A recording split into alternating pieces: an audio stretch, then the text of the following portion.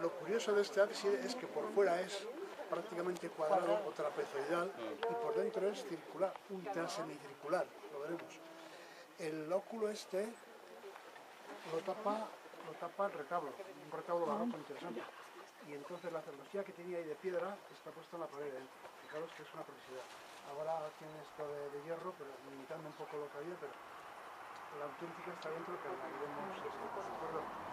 Entonces, canecillo románico. Esta es una iglesia del siglo XII, ya de transición del mozárabe. Mozárabe ya no se llama este tipo de arte de repoblación, se llama ahora más bien, porque no solamente eran los que venían del sur los que tenían estas técnicas, también había otra gente por aquí que construía con arcos de herradura.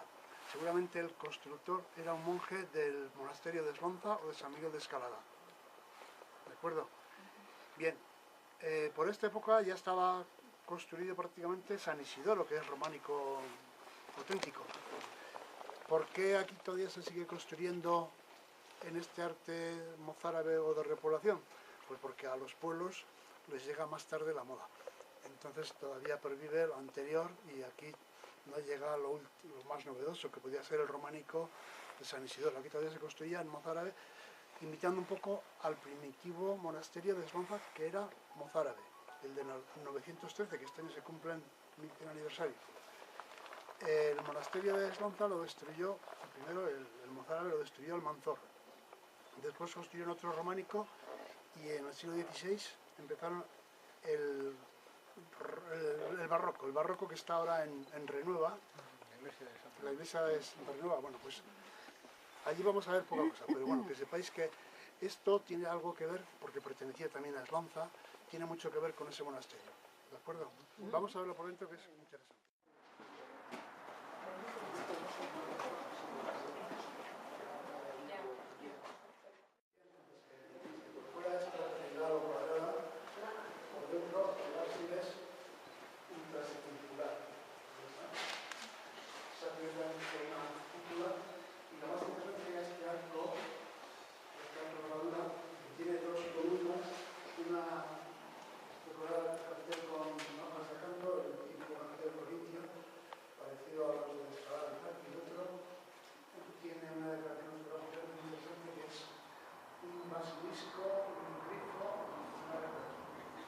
Son animales mitológicos que también personificaban algo para aquellos tiempos, pero nosotros vemos ahora el símbolo que podían tener para ellos.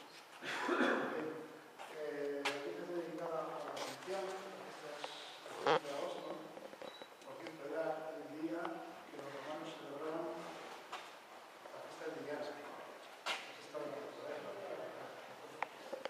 y es un retablo barroco que impedía o impide todavía ver el óculo del trasladado.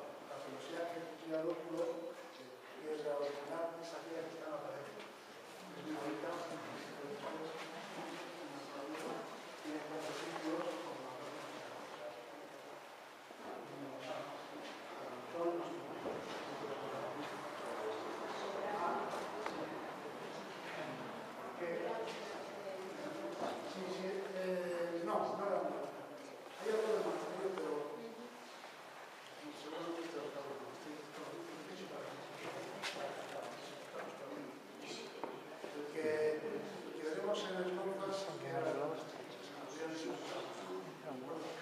vamos a ver cómo se ve.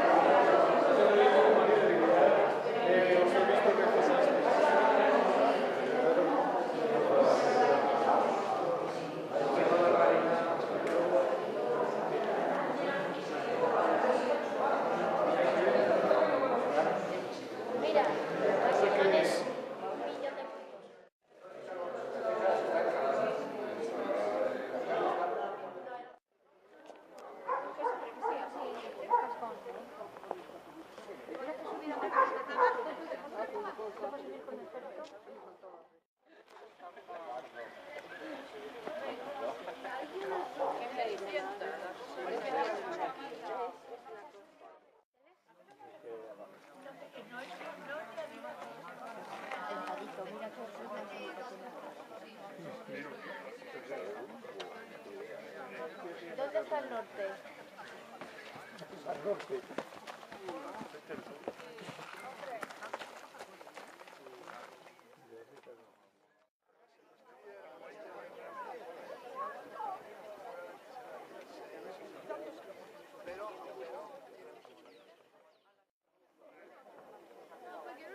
Luis, espera. Espera que suba. Pero esto es igual bonito porque los negros muertos no podían pintar. Pero un día a él se le ocurrió imitar a Velázquez y entonces pintó los desposorios de Santa Catalina con el niño Jesús. Pues ahí está en el acto de entregarle los anillos y tal. El niño Jesús todavía tendría, no sé, un año o dos, y se casa con Santa Catalina, que es una ya mayor, ¿no? Y pues todos los santos alrededor pues están con San Sebastián, San Miguel, rodeando la escena de los desposorios de Santa Catalina con el niño Jesús. Es una maravilla.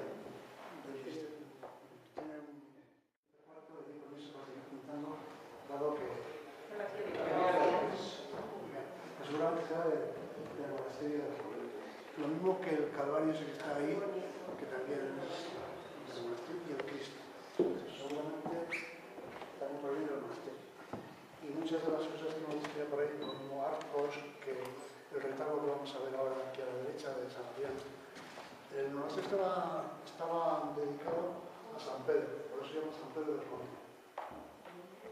Pero después tenía dos patronos que eran San Adrián y Santa Natalia. Santa Natalia era la santa de las tres manos, porque los pintores la pintaban con tres manos, ya que, según la leyenda, a San Adrián le cortaban, le atanacearon, cortaron las manos, los pies y tal, se llama atanacear.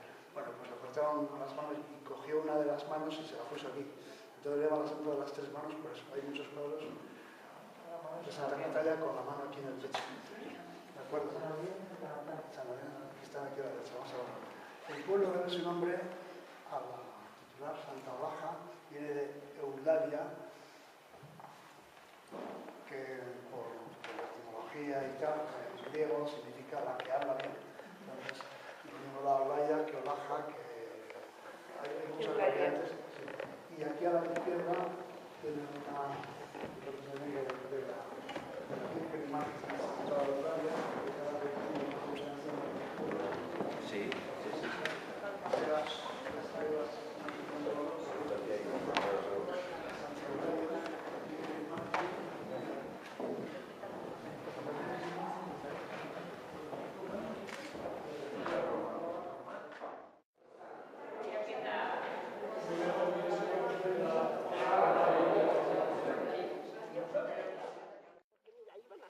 Pero es que este camino estará arreglado seguramente. Se manchó. Al llegar a casa, No, se manchó la chaqueta no la vimos, porque era para frente. Está iluminado esto, mira. pero que hay niebla, que la humo.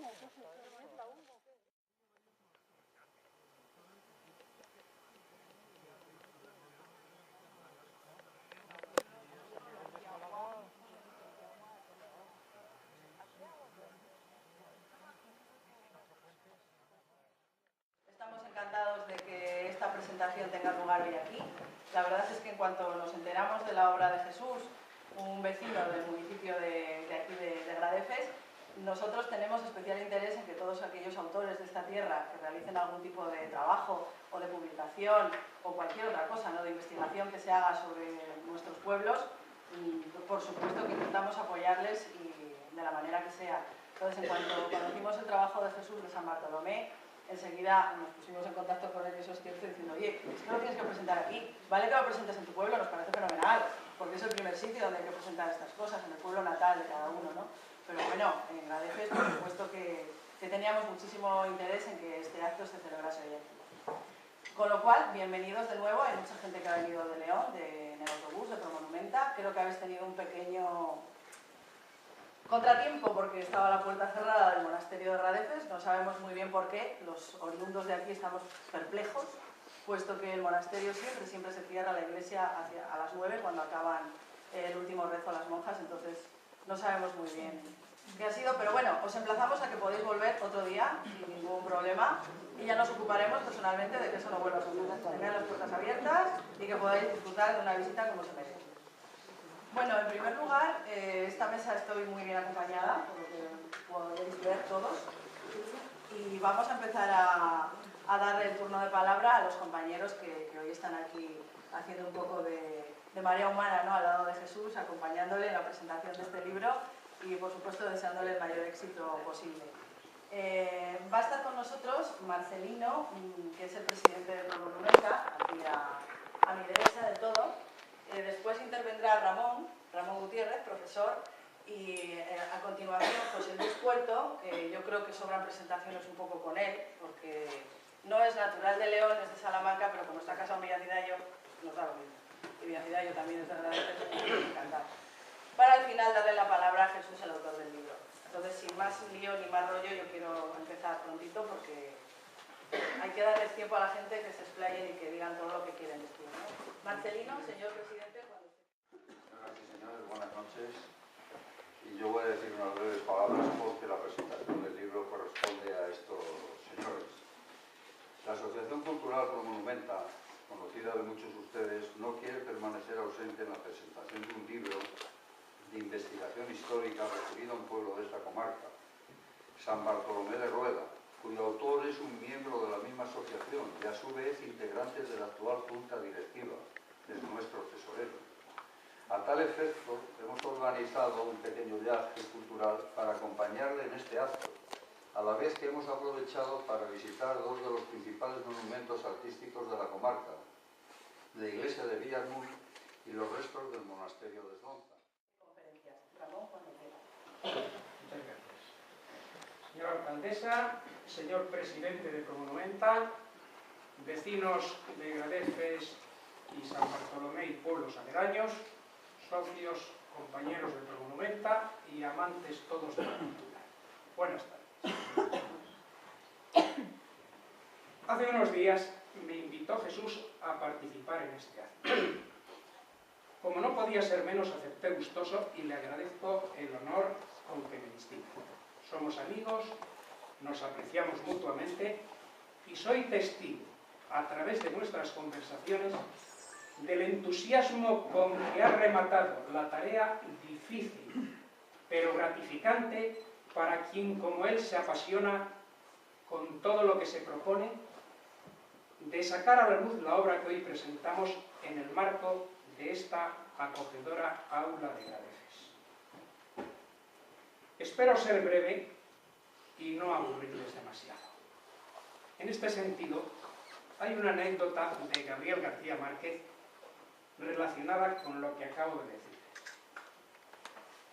Estaba impartiendo una conferencia y en un momento dado se dirigió al público y les dijo: si alguno de ustedes está durmiendo, por favor, abandone la sala, pero háganlo con cuidado para no despertar a los que ya están dormidos.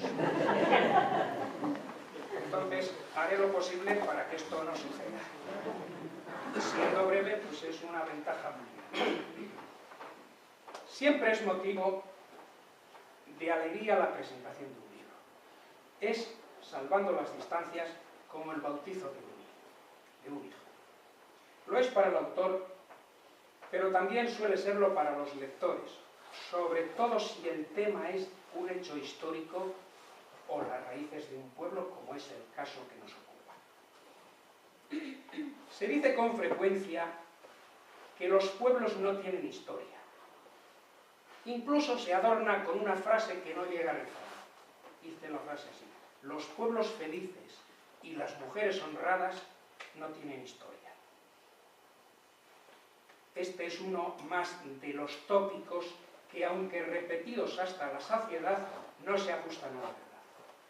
Todos los pueblos tienen su historia, sus historias, acaso sin acontecimientos extraordinarios, sin protagonistas de postín, pero que muestran sus modos de vida cotidiana, las relaciones entre sus habitantes, los problemas con que se encuentran y las soluciones que adoptan. Estos sucesos, que algunos equivocadamente califican como historia menor, son la base sobre la que se asienta la historia con mayúscula. Hay una tarea por la que están luchando casi todos los pueblos, procurar que no se pierdan la historia, las costumbres, los modos de vida, anécdotas, modos de hablar, etc., que han constituido la identidad de los mismos durante muchos años y que ya muy pocos de los que viven recuerdan. A estos efectos, repasando tu libro, Jesús, compruebo que has desempolvado numerosos documentos dormidos en distintos archivos. Les has dado vida, los has tratado con rigurosidad científica y los has puesto en letras de molde y al alcance de los vecinos de estos pueblos para que el tiempo no los borre inexorablemente. Y has hecho muy bien, porque lo que no se escribe se pierde totalmente.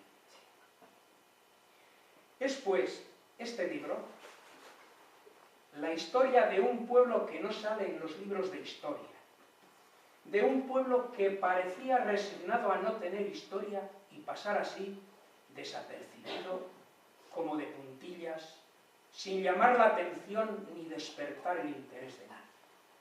Pero gracias a la labor callada, paciente y continuada de Jesús, hoy tenemos un libro que cuenta la historia, vuestra historia, pequeña, menuda, humilde, pero vuestra. Y no solo la disfrutarán tus convecinos, todos los leoneses de nacencia o de adopción encontraremos en su lectura un gozo añadido. El que proporciona ver retratadas en sus páginas imágenes de nuestra propia vida, jirones de nuestro pasado. Además, ha seguido al pie de la letra el dicho del gran escritor ruso Anton Chejov: si quieres ser universal, comienza a escribir sobre tu pueblo.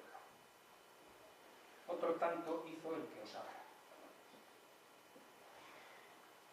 Jesús, como los de nuestra generación, nacidos en los pueblos, habituado desde pequeño y en sus vacaciones a los duros trabajos agrícolas y ganaderos, una vez jubilado de sus tareas profesionales, como energías, entusiasmo y preparación no le faltan, se ha entregado a la investigación histórica local y comarcal. Un trabajo duro, y lo digo porque lo conozco, pero muy satisfactorio. Aunque encuentres dificultades, Jesús, debes tener siempre presente la frase que repetía hace unos meses en un acto como este un amigo, también socio de Promonumenta, Julián González. No te dejes llevar por la corriente, que solo navegando en contra de ella se nos otorga descubrir la fuente. Recogí aquí en la comarca de Rueda otro pequeño adagio que incide en lo mismo: la oración corta y devota. Ya lo decía el ciego en el Lazarillo de Tormes, y bueno, es un adagio, un pequeño refrán antiguo. Contaba Julio Caro Baroja que cuando él investigaba y estaba en el archivo y en la biblioteca del Consejo Superior de Investigaciones Científicas, la sala de la biblioteca siempre estaba vacía, solo había otra persona con él.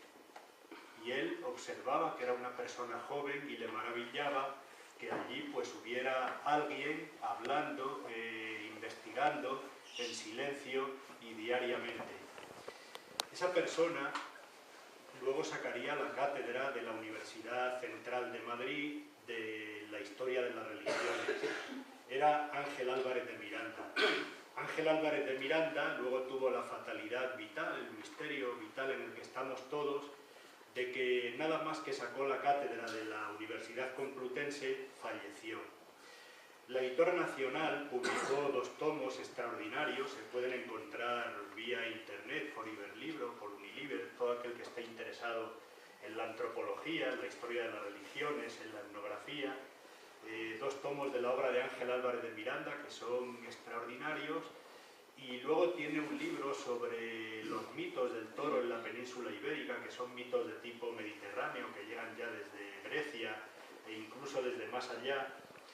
Y bueno, Esta anécdota de Julio Caro Baroja a mí me sirve de paradigma para presentar el libro de hoy de Jesús Ferreras.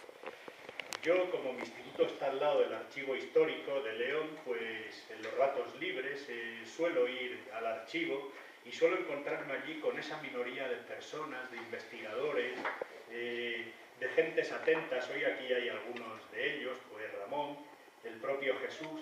Y Jesús, pues yo veía que siempre estaba allí indagando, investigando, y hoy tenemos aquí pues uno de sus frutos, uno de los frutos de esa investigación.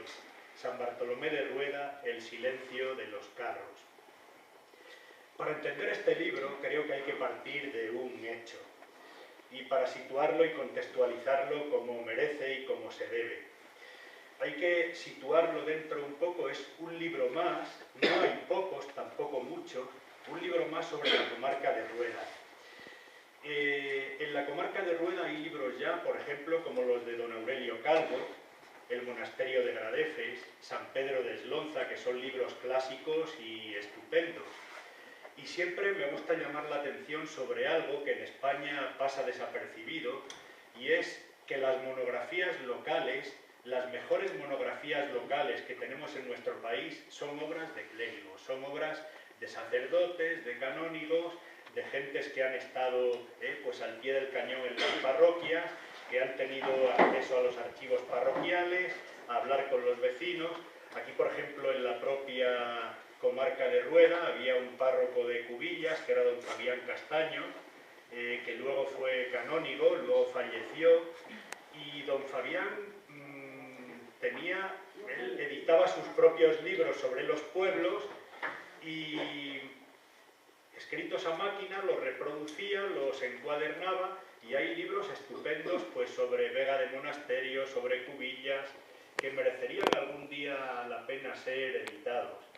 Curiosamente, además, en Vega de Monasterio y en Cubillas estuvo exclaustrado de Santa Blaja de Eslonza un fraile benedictino catalán que fue párroco de aquí, que tiene los archivos parroquiales del 19 de una manera extraordinaria, porque era un hombre que anotaba todo con una minuciosidad. Y claro, cuando fuimos a indagar quién era aquel fraile catalán benedictino, después de la desamortización, que había ido a Cubillas, a Vega de Monasterio, y lo había puesto todo tan en orden y nos da tantas informaciones sobre esas parroquias, pues fue ni más ni menos que el refundador del monasterio de Montserrat.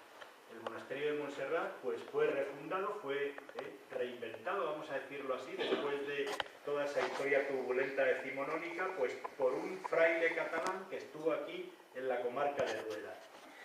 Entonces, digo que para entender este libro de Jesús Ferreras sobre San Bartolomé de Rueda, hay que situarlo en ese contexto de los libros de Aurelio Calvo sobre el monasterio de Gradefes, sobre San Pedro de Eslonza. Sobre San Pedro de Eslonza hay un libro reciente de José Fernández Arenas, que también vive aquí en la zona. También tenemos un libro extraordinario de Millán Urdiales Campos, el habla de Villacidallo. Decía don Emilio Alarcos, que es uno de los grandes lingüistas que ha tenido España en el siglo XX, que Villacidallo era el pueblo el pueblo español cuya habla estaba mejor estudiada. Y es así, no en vano, el libro de Millán fue editado nada menos que por la Real Academia Española de la Lengua.